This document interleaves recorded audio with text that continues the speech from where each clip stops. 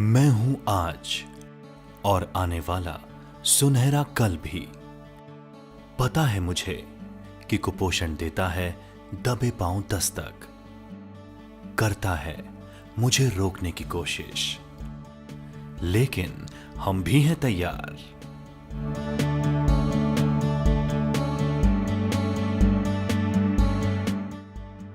गेहूं का आटा हमारे खाने का अभिन्न अंग है, इसलिए इसे भी फोर्टिफिकेशन करने के लिए चुना गया है।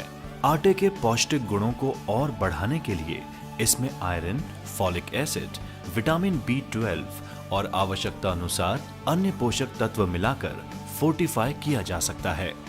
फोर्टिफाइड आटे से बनी रोटी कुपोषण के खिलाफ एक और ताकतवर शुरुआत है, लेकिन परिणाम तभी सकारात्मक आएंगे जब आटे को फोर्टिफाई करने की प्रक्रिया सटीक हो। आटे की फोर्टिफिकेशन प्रक्रिया के 4 अहम सवाल। फोर्टिफिकेशन कब, कहां, किससे और कैसे करना है। फोर्टिफिकेशन गेहूं के पिसने के बाद कन्वेयर बेल्ट पर प्रीमिक्स से हॉपर और फीडर द्वारा किया जाता है। फोर्टिफिकेशन शुरू करने से पहले मिल को चालू कर इसे कुछ समय तक चलने दिया जाता है। फीडर को चालू कर आटे में फोर्टिफिकेशन शुरू करते हैं। सटीक फोर्टिफिकेशन के लिए हॉपर हमेशा कन्वेयर के ऊपर लंबवत हो, ताकि प्रीमिक्स सीधे आटे पर गिरे और अच्छे प्रकार से आटे में मिल जाए। ध्यान रहे, हॉपर मिक्सिंग करने वाली जगह से कम 3 मीटर की दूरी पर हो। फीडर के हॉपर को आवश्यकता अनुसार प्रीमिक्स से भरा जाता है। प्रीमिक्स को हॉपर में डालने से पहले देख लिया जाए कि हॉपर साफ है और प्रीमिक्स डालने के बाद हॉपर अच्छी तरह से ढका हो। फीडर को प्रति मिनट समुचित मात्रा में प्रीमिक्स गिराने पर सेट किया जाता है। उचित फोर्टिफिकेशन के लिए प्रीमिक्स की सही मात्रा निर्धारित करने के लिए फीडर से अगले 2 मिनट में गिराए गए प्रीमिक्स की मात्रा का वजन किया जाता है और प्रीमिक्स की सही डोजिंग सेट की जाती है। 1000 किलो आटे के मानक फोर्टिफिकेशन के लिए 200 ग्राम प्रीमिक्स की आवश्यकता होती है। यदि मिल की उत्पादन क्षमता 10 मीट्रिक टन प्रति घंटा है तो 2 किलोग्राम प्रीमिक्स की आवश्यकता होगी। यदि हॉपर की डिस्पोजिंग क्षमता 5 किलो प्रति घंटा है तो 2 किलो प्रीमिक्स के साथ 3 किलो आटे को मिलाकर 5 किलो का प्री ब्लेंड बनाया जाता है।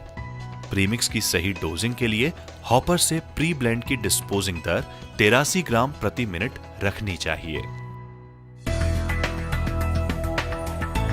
फोर्टिफिकेशन सही तरीके से हो रहा है या नहीं, इसकी गुणवत्ता की जांच के लिए एक शिफ्ट में कम से कम 3 बार फोर्टिफाइड आटे के सैंपल उत्पादन लाइन के अंत से और प्रीमिक्स मिश्रण के बिंदु से कम 3 मीटर दूर से नियमित लिए जाते हैं।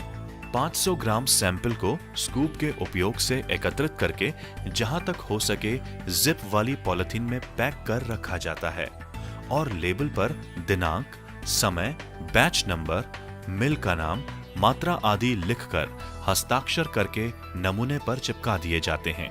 नमूना इकट्ठा करने के तुरंत बाद आयरन स्पॉट टेस्ट किया जाता है। टेस्ट के लिए टेबल पर एक पुराना कागज जैसे अखबार बिछाएं और उस पर किट के घटक निकाल कर रखें। एक पन्नी जिप बैग के बाहर निकालें और बैग को फिर से सील कर दें। पन्नी युक्त फिल्टर पेपर खोलें और एक आधार के रूप में प्रयोग करें। सॉल्यूशन A से फिल्टर पेपर को समान रूप से गीला करें।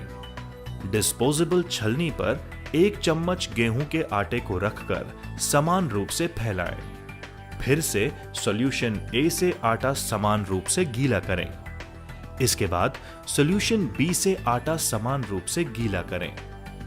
आटे में उभरे लाल भूरे धब्बे लोह तत्व यानी आयरन की उपस्थिति का संकेत देते हैं।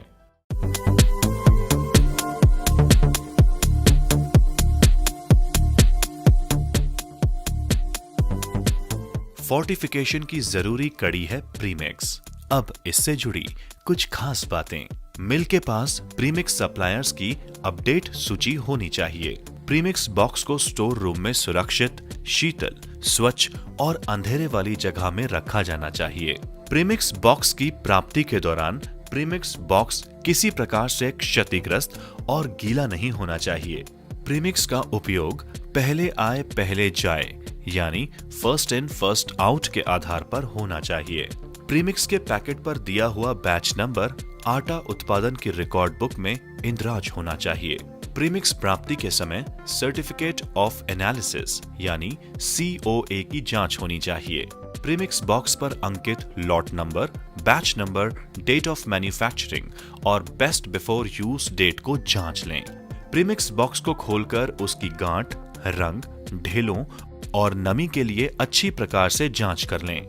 प्रीमिक्स को स्वच्छ हालत में स्टोर से उत्पादन क्षेत्र में ले जाना चाहिए और उसे उपयोग के समय पर ही खोला जाना चाहिए।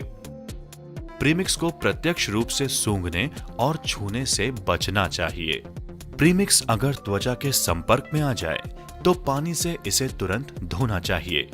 इसके अलावा मास्क, दस्ताने और लंबी बाह की कमीज का उपयोग होना चाहिए।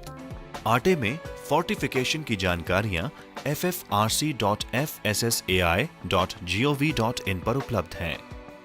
FSSAI ने फोर्टिफिकेशन के लिए सतत प्रयास किए हैं, जिनका नतीजा है कि भारत सरकार ने इसे अगस्त 2018 में अपने राजपत्र में शामिल करते हुए फोर्टिफिकेशन के मानक निर्धारित किए हैं। फोर्टिफिकेशन के बाद F+ के लोगो से ही आम जन को ये जानकारी मिलती है कि ये आटा आयरन व अन्य पोषक तत्वों की शक्ति से भरपूर है। तो ये थी फोर्टिफिकेशन से जुड़ी कुछ बातें जो दिखने और करने में छोटी लगें, लेकिन जब इसके माध्यम से अधिक लोगों तक आयरन की शक्ति से भरपूर आटा उनके भोजन का हिस्सा बनेगा, तो फिर वो दिन दूर नहीं जब भारत पूरे विश्व में स्वस्थ और खुशहाल देशों की श्रेणी में सबसे आगे खड़ा नजर आएगा। मेरी पसंद, मेरी जिम्मेदारी।